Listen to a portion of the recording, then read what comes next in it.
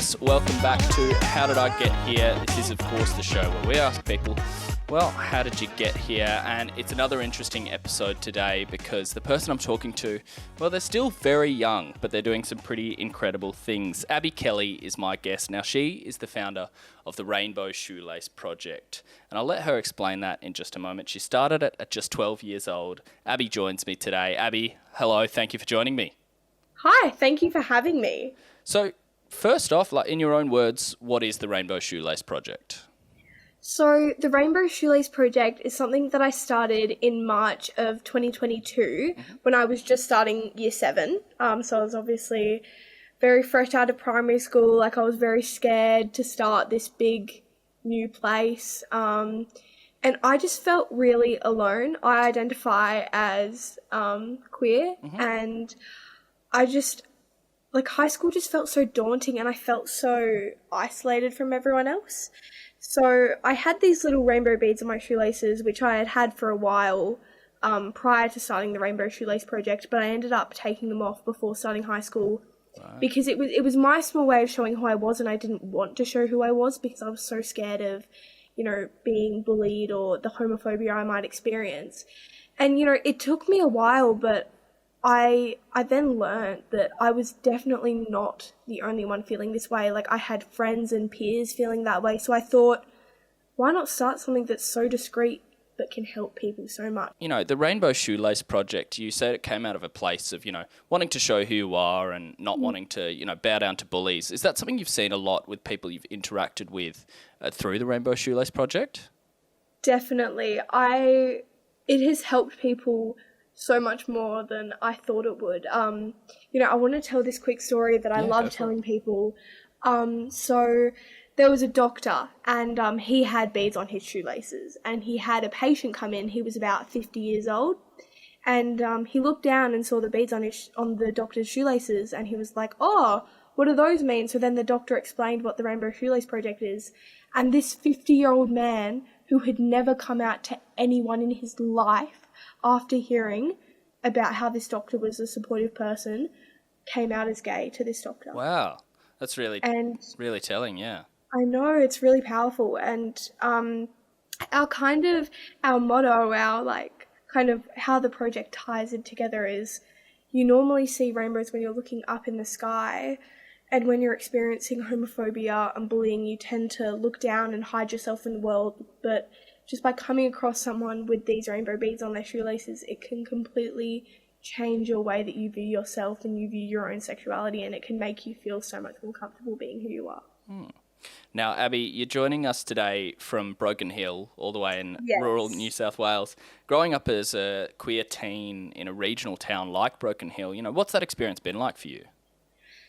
It's been very mixed. So I love and hate living in a small town. I guess the bad parts are that you know, you come out and the whole town knows, and because, you know, we don't have much queer representation in Broken Hill.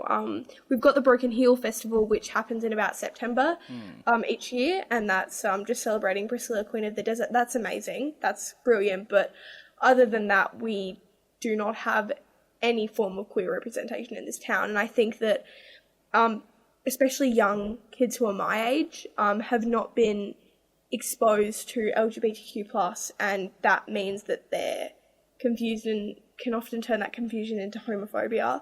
So I experienced a lot of homophobia at school, and that's also why that's what keeps me going with the Rainbow Shoelace Project. Funnily enough, it has put a bigger target on my back. Like people, you know, bully me about signing the Rainbow Shoelace Project, but that makes me stronger and that makes me keep going, because I go, this is the whole reason why I do this, because for people who are experiencing what I'm experiencing, I know that somewhere out there's another kid who feels like me who's being bullied, but just by, you know, being able to identify who their safe people are and who they can talk to and who they can be their self around, it's just such a powerful thing. Do you think that regional upbringing really influenced you in starting this project?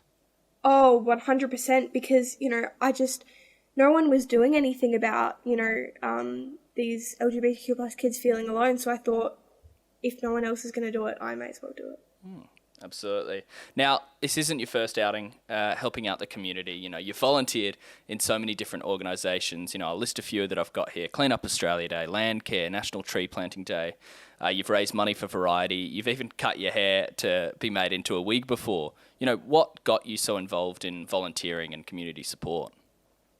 So I started volunteering from the ripe age at 5, Right. I think. Very young. So I joined the Broken Hill Sea Scouts, and then through that I learned about the environment. And when I was 8, as you said, I donated 35 centimetres of my long hair, and when I was 8, I raised money for Variety. So I managed to raise $3,500, Right. which, you know, to me now, because of how far I've come, I look at that and I go, oh, that was nothing. But like, you know, it really, that sort of thing has encouraged me and has kept me going to now. And another thing I want to mention is Love Your Sister, which is a cancer research charity that I've also raised money for in the past.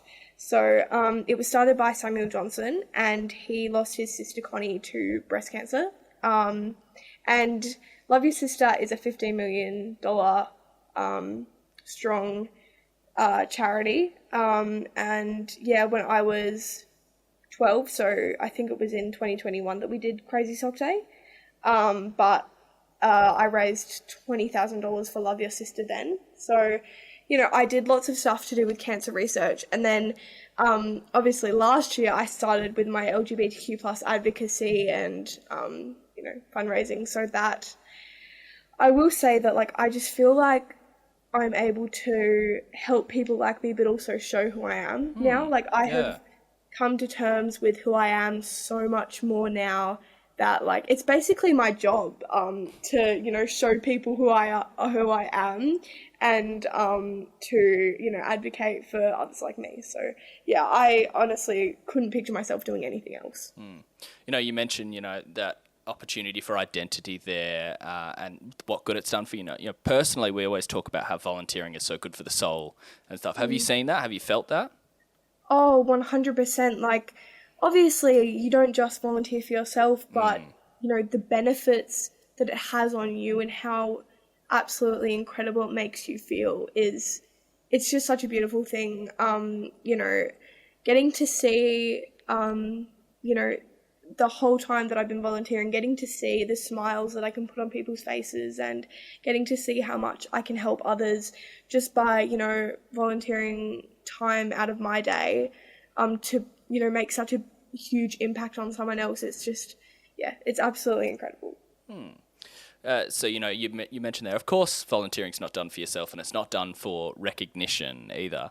But, you know, for your efforts, you were named the New South Wales Young Volunteer of the Year and the Volunteer of the Year, I should say, back in 2021. What did that feel like? Oh my gosh, I just hearing that title takes me back right into the moment. I literally almost fainted when I was walking up on stage. Like, that's how absolutely, like, shocked I was. And I think that, you know, being able to prove to people that no matter how old you are, no matter where you're from, no matter who you are, you know, good things happen to you when you do good things for other people. And I will say I got quite bad imposter syndrome when I won that award. I felt like, you know, someone else deserves this way more than I do. Like, someone out there is doing way more than me. And, you know, that's one thing that I do really struggle with. It's you know, putting down the things that I do because I don't think I do enough and I feel like I could be doing more. But also, like, it's a lot of work. It is a lot of work. And, you know, getting to see how much people benefit from the work that I do, I feel like that kind of makes my imposter syndrome go away a little bit, because I can see that, you know, I am helping people, and it really helps. Absolutely, and very well deserved, if I may say so. So, of course, you know, you're very young still, and you are managing Balancing School and the Rainbow Shoelace Project and everything else that you do. How are you going with balancing all that? Oh my gosh, so there are good days and bad days. I will say that. So it's very tiring, but honestly, it's just the tiredness pays off for, you know, how it's fun as well. Like, it's fun. Like, I've just been to World Pride in Sydney, and that's obviously, that opportunity came from the Rainbow Shoelace Project. So not only did I get to bring the Rainbow Shoelace Project to Sydney World Pride, but I also got to experience World Pride for myself, and I can't even explain how seen I felt there. Like I went to the Pride March over the Sydney Harbour Bridge, and I saw all the people, and I just started crying because I've never seen that before, and I've never seen so many people get up so early just to march for who they are, like it was just getting all these opportunities out of the Rainbow Shoelace Project. It's absolutely amazing for a young queer teen, honestly. Yeah. Now we'll hit Sydney Pride in just a little bit because I am really keen to talk about that. But here at Student Edge, we love hearing about people's student lives, of course. How would you describe yourself as a student? I'm very quiet at school, which is surprising because I'm here and I'm just like talking a lot and I come across as quite a confident person. But at school, I pay attention. I love school. I love learning. I'm very much so an English person over a maths person. That was the next question. Yeah, no, literally, I am. Yeah, English is my favorite subject, and I absolutely adore school, but I don't adore lunch and recess. That's the two things that, and even in class sometimes, like I was saying how I had a hard time at school, and it's just over the past year with me coming out to the world, because obviously you can't be invisible at school and then be an advocate and be out loud and proud on social media. That's just not how it works. You either have to go for it or hide who you are, and I just didn't want to have to hide who I was, so I obviously came out, and that had a massive impact on my schooling life. And going to school was really difficult at sometimes, and it still is sometimes, because it just depends. I go to school and I wake up in the morning and I think to myself, I wonder if I'm gonna get yelled at or people are gonna be homophobic to me today. But so that is a struggle sometimes, but I still absolutely love school, and I think that it's a really important thing. School is so important, and I try not to let that stop me from having a good education. Do you think, with the success and, the massive impact that you've seen with the Rainbow Shoelace Project, you're able to kind of move past some of those difficulties that you have in school? Definitely. Honestly, as I said before, those comments, sometimes they make me question if I should keep doing the Rainbow Shoelace Project, but ultimately, now that I think of it, they almost keep me going. They show me that, there's so much more to progress in the world, and, just by me doing this, I'm helping the world progress, and, hopefully, stopping it from happening to other people a little bit, because I know you can't change people's opinions overnight, like really quickly, but over time, we're getting better. The world has changed so much, but it still has a long way to go, I think. But ultimately, their comments make me stronger as a person, and I know that I'm tackling an issue that's bigger than them, and I'm, helping people. I'm helping a whole community that's so much bigger than what they have to say. So, yeah. Looking now back to the actual project itself, I've just seen you've just passed 82,000 packs of beads that have been given out. In your wildest dreams, did you imagine it going this big? I had no idea. So fast forward back to the start of the Rainbow Shoelace Project, we literally started by having a laminated A4 piece of paper, and it had 6 packs of rainbow beads stuck to it, and we stuck it up at Woolies, and I was like absolutely stoked when those 6 packets of beads had been gone within like a week. So then we kept putting it up, and then we got to a point where we were giving away about 100 packs of beads a week in my community, and that was ages ago. So now, if you told me back then, when I'd first put that poster up at Woolies, that we had reached 82,000 packs of beads across Australia and the world, I honestly don't know if I would have believed you. Like, it's just come across, it's come so far. Like, in such a short time too. Like, it's completely blown up, and people's reactions are so amazing. Now, you've recently been recognised, and it's been a big part of your success. It's been recognised by some queer icons in Australia. Christian Hull and Joel Creasy have both been seen sporting the rainbow beads. What's that been like for you, meeting these people especially?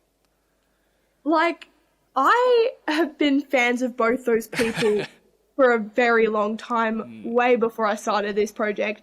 And now that not only do they know who I am, but they love a project that I've started, it's so surreal. Like, Joel Creasy and Christian Hull, like, two of the biggest queer Australian icons, like, ever. And it's just so crazy. Like, I never would have thought that would ever happen. And, those two amazing people who inspire me, knowing that they've seen something that inspires them, it just blows my mind, honestly.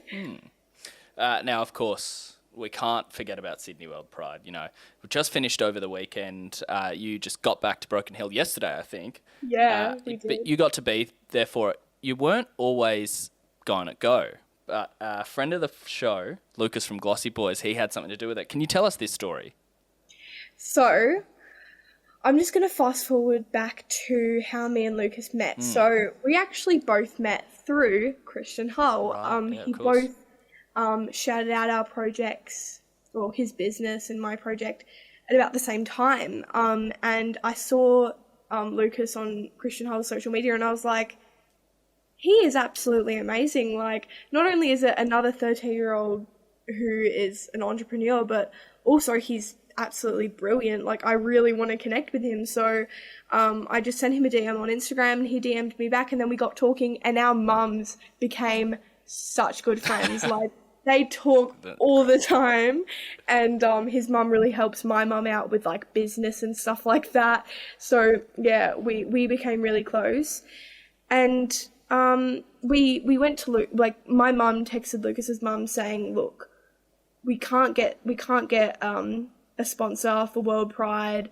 We don't know what to do. Like, we don't think we can go. And Lucas's mum was like, we'll see what we can do.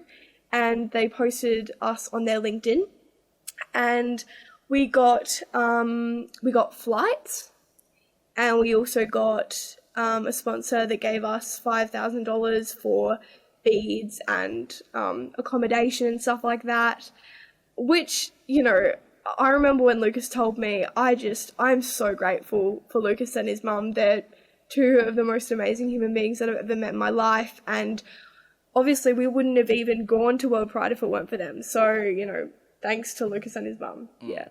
Now, Lucas did surprise you with the tickets in a video that you can go watch on socials. I absolutely recommend doing that because it's an amazing video. What's going through your head at that moment as he's telling you?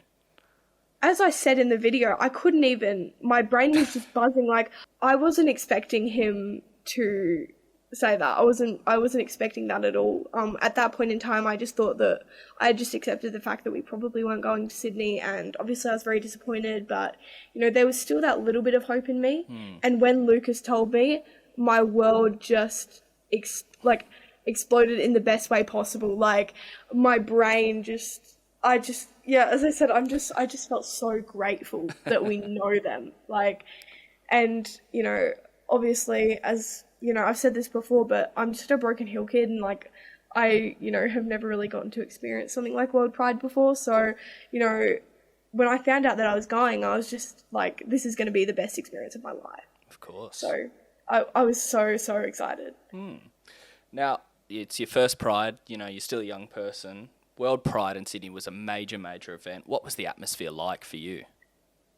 It was absolutely just the most incredible atmosphere, being around all these incredible queer people who were like me and our allies was it's something I've never experienced in my life. And, the atmosphere and, just the overall mood of it was just brilliant. It was so fun, and I just felt so safe, I just felt like I could really be who I was and feel celebrated. So it was absolutely amazing. Now, just before we got on the recording today, we were talking about, marching across the bridge in the actual Pride March. That was on Sunday morning. What was that like for you? I actually started crying when I saw. So we were on the train going to the point where we started the march, and I saw all the people who were just at the front, and seeing those thousands and thousands of people walking over the Sydney Harbour Bridge, for to show who they are, they were marching for their pride, and just seeing that there were so many people that got up so early in the morning just to walk and show who they were. I just started crying because I was just so emotional. It was absolutely so beautiful.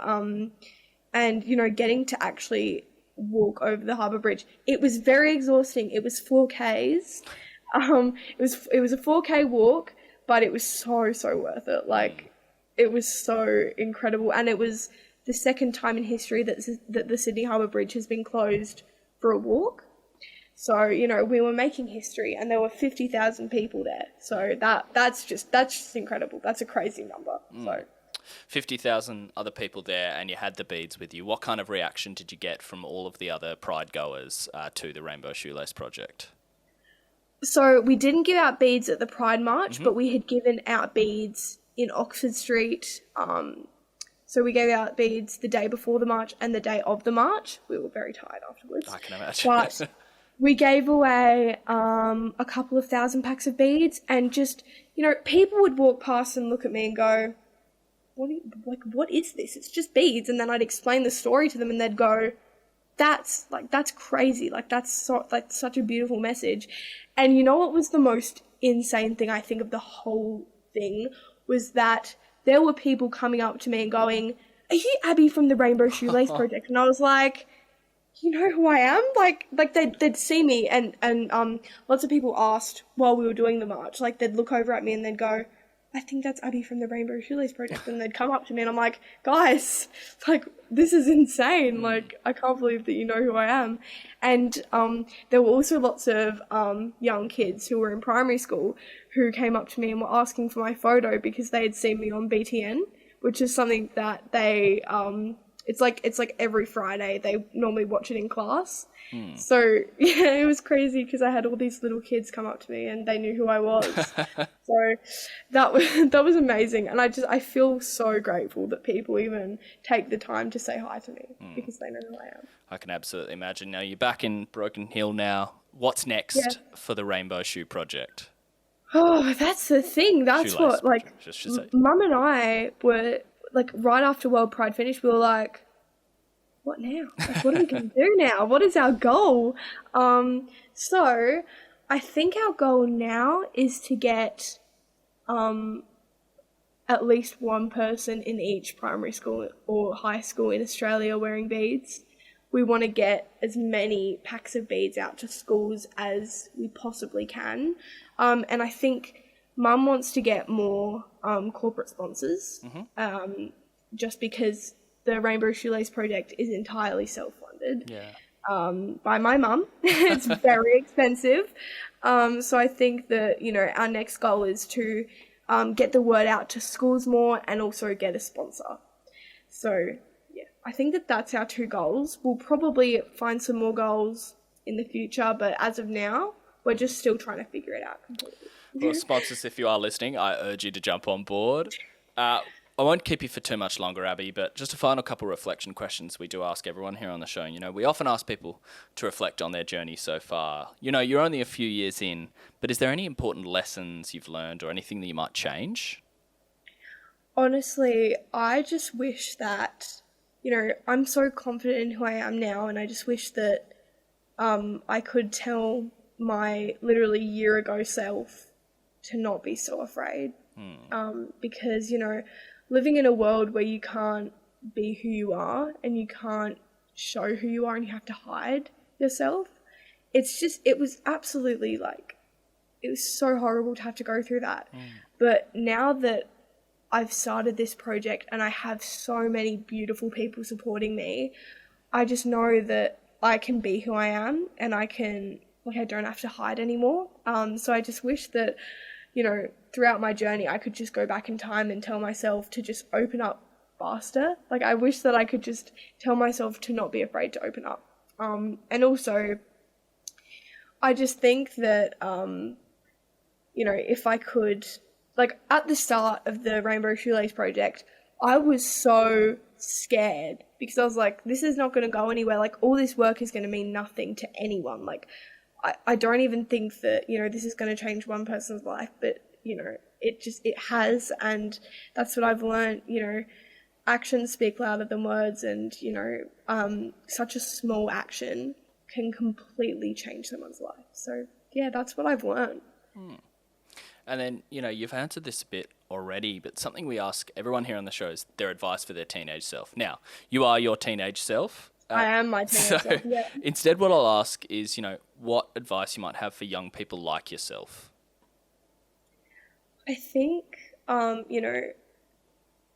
loving who you are and, being who you are is like one of the hardest things to ever do. And some adults can't even do that yet. But just, I feel like the faster you learn to love yourself and love who you are and celebrate who you are, the more enjoyable your life will be. And I just think that, there are always people who love you. There are always people that will support you. And, as hard as it is to believe that sometimes, it's just a fact. Everyone has a purpose in the world, and, it's hard to believe that sometimes, but, I think that my message is just to know that there's always someone like you, and that there's always someone that's going to love you for who you are. Abbie, you cannot say it any better than that. Before I let you go, where can we find you? Where can we find the Rainbow Shoelace Project? So we are on all socials, just as Rainbow Shoelace Project. So that's on Instagram, TikTok, Facebook, things like that. And you can order beads and donate via our website, which is rainbowshoelaceproject.com.au. That wraps us up here for How Did I Get Here Today. You can find us, student_edge on Instagram, Student Edge on TikTok, search us up, Student Edge, or How Did I Get Here on YouTube, and head to studentedge.org for all our articles, podcasts, deals, competitions, career tips, education advice, and much, much more. Abbie, thank you so much for joining me. Thank you so much for having me. It's been amazing.